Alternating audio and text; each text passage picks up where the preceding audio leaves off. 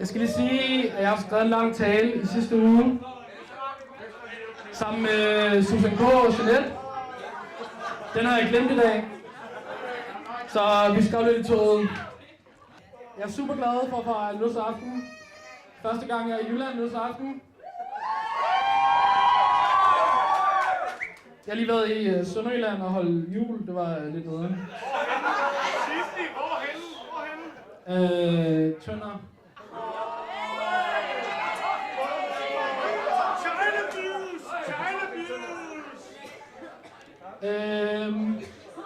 Men jeg vil snakke om, hvordan man opfører sig, når man dater.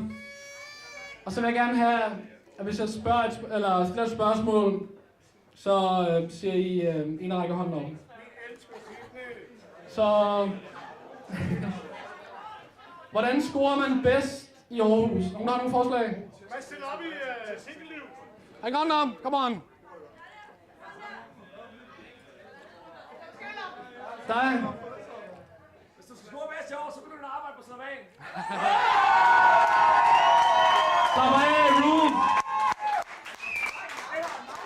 Hvor mange herinde i aften er single? Hvor mange skal score i aften?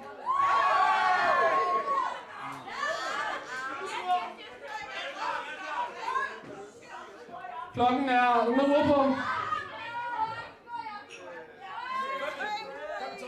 Klokken er 5:12, og der er ingen, der gider at høre kedelig tale. Så skal vi bare sige godt nytår og fyr den af, Aarhus! Yeah.